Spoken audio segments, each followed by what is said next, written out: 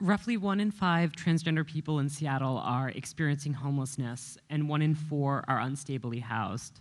Additionally, nearly 40% of all homeless youth are LGBTQ. These two populations face some of the highest rates of violence on the streets and have the most difficulty accessing traditional shelters and services because of discrimination and violence within those shelters. What policy would you enact to ensure that transgender people and LGBTQ youth are able to be safely and stably housed? Thank you for asking this question. Often, the transgender community gets overlooked and is treated as an invisible community. And I wanted to commend the Gender Justice League and all the other organizations who were involved in spearheading the Trans Pride, the first ever Trans Pride in 2013, and 2014 we had the second Trans Pride that was extremely successful. And because of your efforts, the question of trans health has become really prominent on both the city and the state's agenda.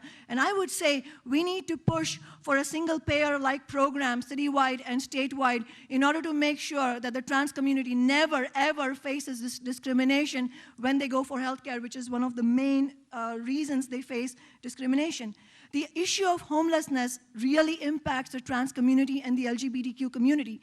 That is why we need full funding for all social services that encompasses homeless services. The real problem we're facing in this city is not a lack of activists who are willing to fight for it on the ground. What we have a lack of is revenues to fully fund social services. That is why I'm calling for a millionaire's tax and other progressive taxation, which we urgently need to create the revenues in the city's treasury so that we can fund fully the needs of homeless population, especially the LGBTQ population. We can make sure that we have culturally competent staff at the homeless centers.